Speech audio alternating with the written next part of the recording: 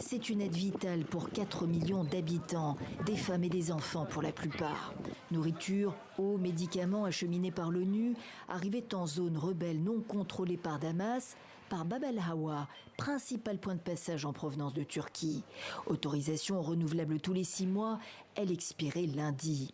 Ces derniers jours à l'ONU, une prolongation d'1 an de ce dispositif mis en place en 2014 était à l'étude, soutenue par une majorité de membres.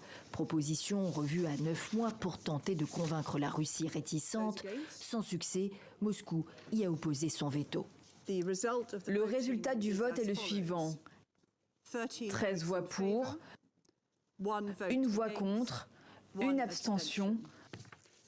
Le projet de résolution n'a pas été adopté en raison du vote négatif d'un membre permanent du Conseil. Suisse, Brésil, États-Unis déplorent une triste décision, une cruauté absolue, selon la représentante des États-Unis. Mais la Russie, alliée de Damas, évoque un mépris total des intérêts du peuple syrien. Le représentant de Damas renchérit.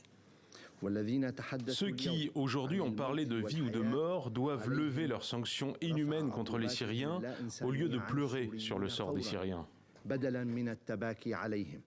De fait, le régime Assad, sous sanctions internationales, dénonce régulièrement l'aide humanitaire qui échappe à son contrôle dans les zones qui échappent à son autorité.